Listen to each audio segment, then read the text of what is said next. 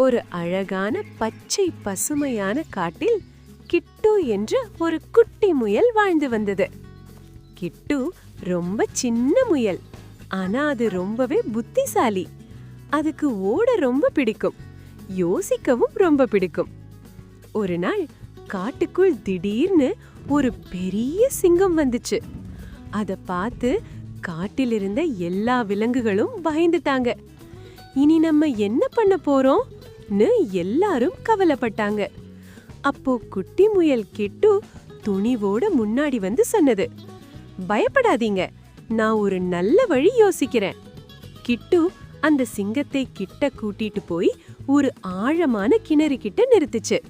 சிங்கம் கேட்டுச்சு, இந்த கிணறு எதுக்கு?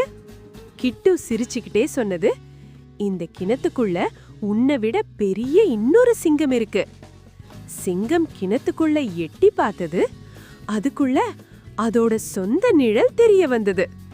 அட, இன்னொரு சிங்கம் நினைச்சு கோபத்துல கிணத்துக்குள்ள குதிச்சிடுச்சு. அந்த சிங்கம் போனதும் காடு முழுக்க அமைதி. எல்லா விலங்குகளும் சந்தோஷமா குதிச்சாங்க. குட்டி முயலை பார்த்து எல்லாரும் சொன்னாங்க, சின்னதா இருந்தாலும் புத்திசாலித்தனம் இருந்தா பெரிய பிரச்சனையையும் ஜெயிக்கலாம்.